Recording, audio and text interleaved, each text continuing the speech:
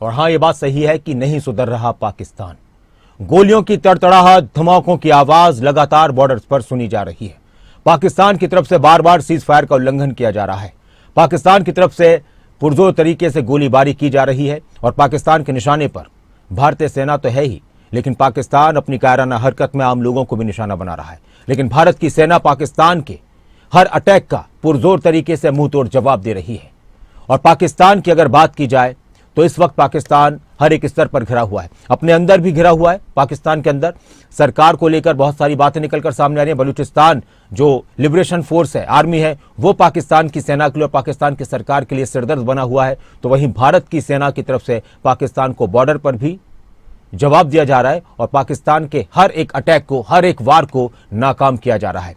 पाकिस्तान की धरती में छुपे आतंकवादियों को पाकिस्तान ने शहादत का दर्जा दिया, शहीद जैसी इज्जत मिली, उनको सलामी दी गई। पाकिस्तान ने दिखा दिया कि वो आतंकवाद के खिलाफ कोई ठोस कार्रवाई करने के बजाय उसे अपनी सरजमीन पर पालने पोसने का काम करता रहेगा। भारत की कार्रवाई ऑपरेशन सिंदूर ने पाकिस्तान के आतंकवादियों के ठिकानों को ध्वस्त किया और दुनिया को यह संदेश दिया कि भारत आतंकवाद के खिलाफ बिना किसी समझौते संघर्ष करता रहेगा। और पाकिस्तान का ये दोगला रवैया अब किसी से छिपा नहीं है। आतंकवादियों को शहीद घोषित करना और उन्हें सैनिकों जैसी सलामी देना, इसका मतलब साफ है कि पाकिस्तान आतंकवादियों को न सिर्फ पनाह देता है बल्कि उन्हें अपना हीरो भी मानता है। और भारत ने दुनिया को बता दिया और अब तो सबूत भी दे दी कि देख लिए, ये है पाकिस्तान की हकीकत। आतंकी कैंपों को किस तरह से पाकिस्तान अपने यहाँ पर विस्तार देता है, बढ़ाता है, और जानकारी देने के बाद भी पाकिस्तान की तरफ से कोई एक्शन नहीं लिया जाता, तो फिर भारत ऐसा एक्शन लेता है कि पाकिस्तान की नींद उड़ जाती है। ये रिपोर्ट देखिए।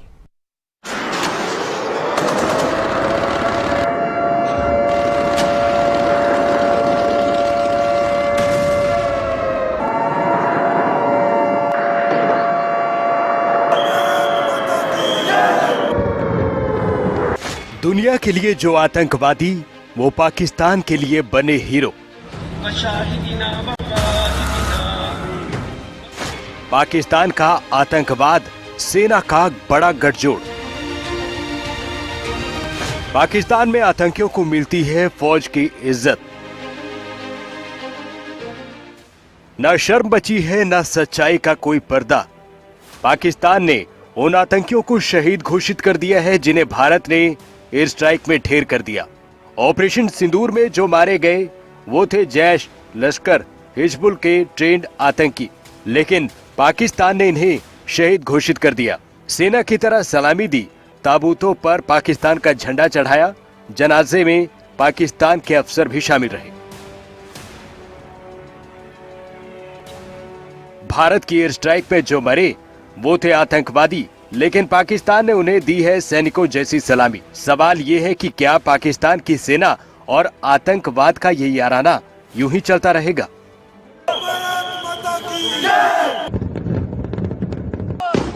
Message this picture actually sends to all of you. This is a question that is worth asking.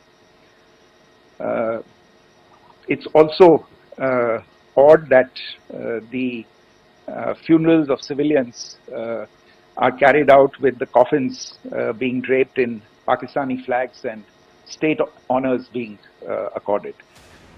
Bharat की एयर स्ट्राइक का निशाना थे आतंक के गढ़, लेकिन पाकिस्तान ने जवाब इंसानियत के खिलाफ दिया। आतंकियों को बना दिया हीरो। ये तस्वीरें दुनिया के सामने बड़े सवाल लेकर खड़ी हैं।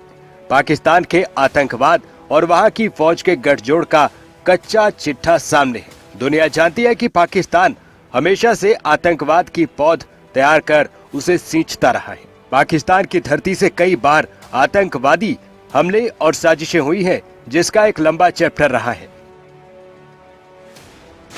साल 1993 मुंबई बम धमाके, दाऊद इब्राहिम आज भी पाकिस्तान में सुरक्षित है।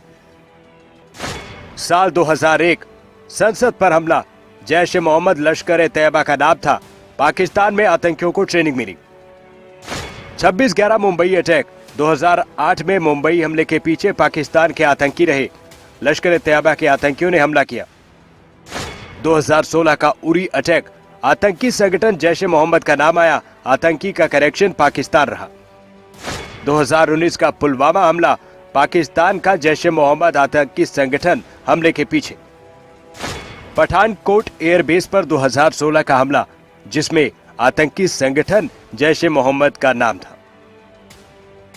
भारत ने इन हमलों के कई सबूत पाकिस्तान को एक एक कर दिए, कभी फोरेंसिक की जांच, कभी कॉल डिटेल्स, कभी दूसरे सबूत।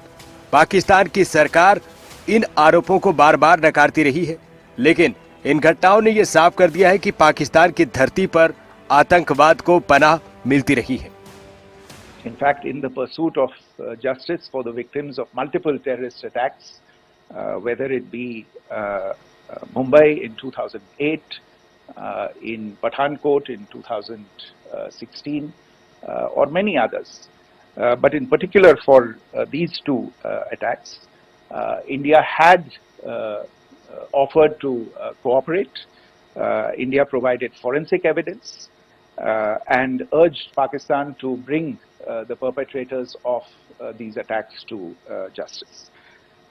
We, in particular with regard to the Mumbai attacks of 2008, where a Pakistani Lashkar-e-Taiba terrorist was captured alive, India provided extensive information and evidence related to the involvement of Pakistani terrorists in this attack.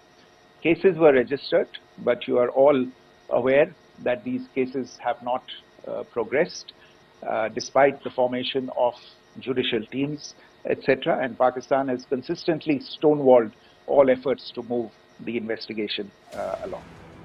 22 अप्रैल को पहलगाम में आतंकवादी हमले के बाद भारत की air strike के बाद पाकिस्तान तिलमिला गया है।